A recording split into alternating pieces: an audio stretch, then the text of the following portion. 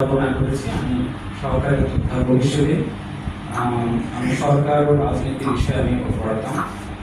তারপর আমি amnesty international দক্ষিণ এশিয়ার কার্যালয়ে আমি কাজ করেছি।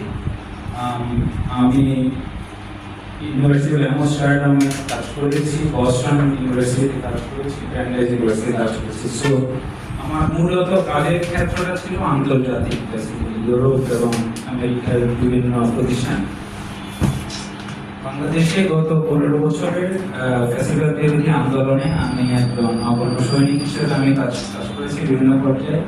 আন্তর্জাতিকভাবে আমাদের দায়িত্ব ছিল বেসিক্যালি ইউনাইটেড নেশনস, মার্কিন যুক্তরাষ্ট্র সরকারের সাথে কাজ করা এবং বাংলাদেশে গত 15 বছরের যে জবাবদিহিকালীন একটা সরকার ছিল তাকে কীভাবে আন্তর্জাতিকভাবে জবাবদিহি করা যায় এই বিষয়টা আমরা কাজ করেছি। আমরা র্যাব স্যাংশন নিয়ে কাজ করেছি, ভিসা ব্যান নিয়ে কাজ করেছি। আমি ইউএস স্টেট ডিপার্টমেন্টের সাথে বেসিক্যালি খুব ঘনিষ্ঠভাবে গত বছর কাজ করেছি।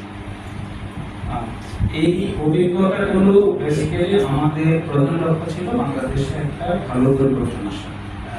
এবং এটা অনুমান করি আপনারা সবাই এর সাথে একমত যে আমরা সুন্দর একটা বাংলাদেশ চাই, সুরেশ একটা বাংলাদেশ চাই যেখানে দুর্নীতি থাকবে না, অপশাসন থাকবে না।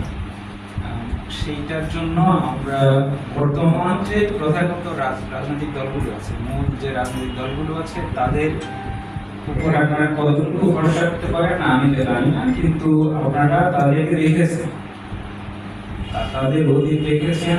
বিভিন্ন সময় তারা সরকার পরিচালনা করেছে, বিভিন্ন সময় তারা আমাদের রাজনীতি, সরকার, সমাজ, বিশ্বজুড়ে আপনি তাদের 30-40 বছরের একটা পদাচারণা দেখেছেন।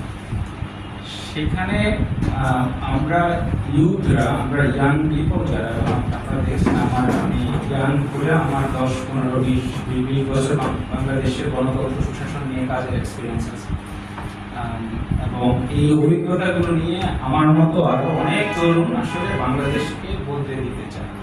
বাংলাদেশের যে পুরনো রাজনীতি আছে, পুরনো রাজনৈতিক সংস্কৃতি আছে, সেটার বাইরে গিয়ে আমরা কিভাবে একটা সুস্থ, স্বাভাবিক, দুর্নীতিমুক্ত, বৈষম্যহীন আমরা একটা বাংলাদেশ করতে পারি, সেটাই হচ্ছে আমাদের সবার আকাঙ্ক্ষা।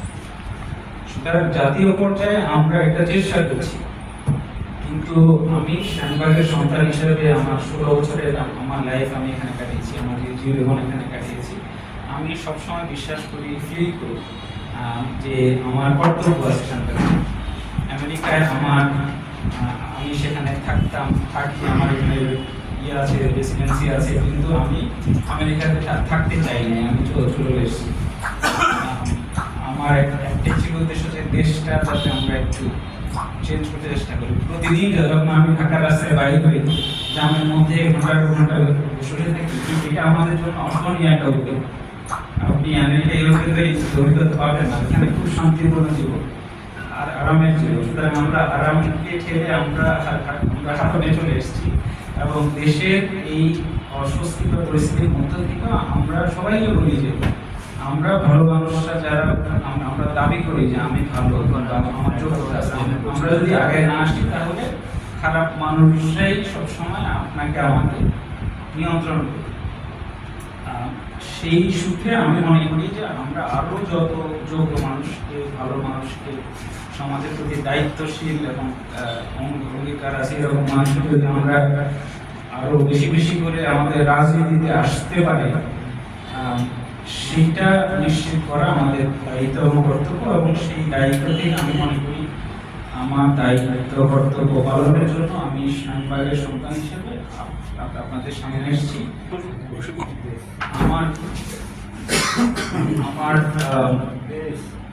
আমার ইচ্ছা, আকাঙ্ক্ষা আছে আপনাদের জন্য কাজ করা।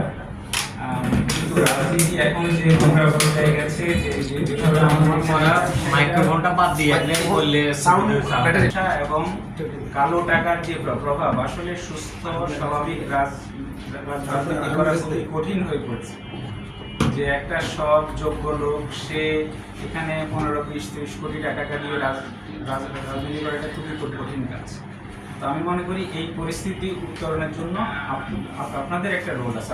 আপনাদেরকে আগে আসতে হবে যে না, রাজনীতি করে টাকা কামানো কিংবা দুর্নীতি করা এইসব বাদ দিয়ে যদি আমরা দেশের কথা ভাবতে হয়, তাহলে আমাদেরকেও আগে আসতে হবে যে না ঠিক আছে, একটা ভালো লোক যদি কাজ করতেছে আমরা যাতে সহায়তা করি।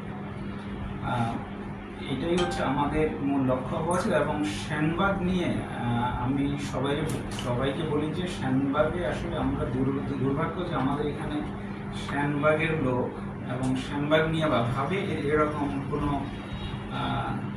বুদ্ধিমান লোককে আমরা এমপি হিসেবে পাইনি। যে লোকগুলোকে পেয়েছি এই লোকগুলোর বিরুদ্ধে দেশে বিদেশে এত বদনাম, এত মানে আমাদের পরিচয় দিতে আপনি যদি ঢাকায় যান, আসলে আমি দলের নাম নিচ্ছি না, ওই দলের শীর্ষ নেতাদেরকে আপনি যদি জিজ্ঞেস করেন এখানকার নেতাদের সঙ্গে, আপনি খুব স্বাভাবিক সুস্থ কিছু শুনবেন না। এত বদনাম শুনবেন তাদের ব্যক্তিগত নৈতিক স্খলন নিয়ে, দুর্নীতি নিয়ে। তা আমি মনে করি যে সেনবাগবাসী এটা ডিজার্ভ করে না। আমি মনে করি যে আপনারা আরও ভালো যোগ্য শিক্ষিত নেতৃত্ব আপনারা পাওয়ার উপযুক্ত এবং সেনবাগের রাজনীতিতে সুস্থ ধারা নিয়ে আসার জন্য আমি মনে করি যে আমাদের সবার একযোগে কাজ করতে হবে। এই দায়িত্ব পালনে আপনারা আমাদের পাশে থাকবেন, আমি আপনাদের পাশে থাকবো। এখানে বেসিক্যালি আমি আপনাদেরকে অনেক কিছু মানে আমাদের সেনবাগকে আমি একলা বদলাতে পারবো না, আপনারাও বদলাতে পারবেন। আমি এবং আপনারা যদি কাজ করেন বা আমাদের অনেক লোক যদি আমাদের সাথে এসে কাজ করে, তাহলে আমরা এটাকে বদলাতে পারবো। সেনবাগ নিয়ে আমাদের বড় কিছু ভীষণ দরকার, কর্মপরিকল্পনা করা। আমার বয়স 35+। এখানে আমি দেখেছি যে এই 35-40 ইয়ার্সেও সেনবাগ আমি ডে 1 থেকে আমার জ্ঞান হওয়ার পর থেকে যা দেখেছি একই রকম আছে।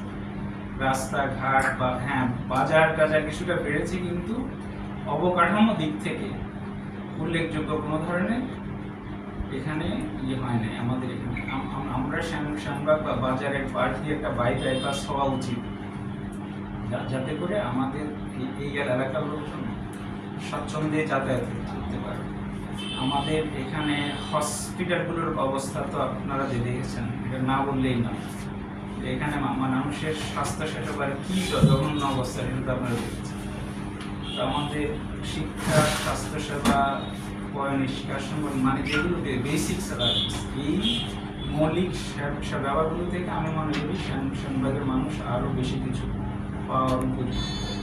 কিন্তু আপনারা কতটুকু পাচ্ছেন না কেন এই বিষয়গুলো নিয়ে আপনাদেরও আরও রিফ্লেকশন দরকার আছে, দরকার আছে। আপনারা এগুলো নিয়ে ভাববেন। আমাদের পক্ষ থেকে আমরা এনসিপি একটা নতুন দল এবং আমাদের সাথে অনেক স্বপ্নবান লোক যুক্ত হয়েছে। আমরা দেশকে যেন আমরা বদলাই দিতে চাই, আমরা যার অঞ্চলকে আমরা বদলাই দিতে চাই। আমাদের এখানে এক ঝাঁক মেধাবী তরুণ আছেন। আপনাদের মতো অভিজ্ঞরা যদি আমাদের সাথে যোগ দেন, তাহলে আমরা অভিজ্ঞতা এবং তরুণের যে মিশেল, এই সমন্বয়ে আমরা ইনশাআল্লাহ আমাদের সেনবাগবাসীর জন্য আমরা ভালো কিছু উপহার দিতে পারবো বলে আমরা বিশ্বাস করি।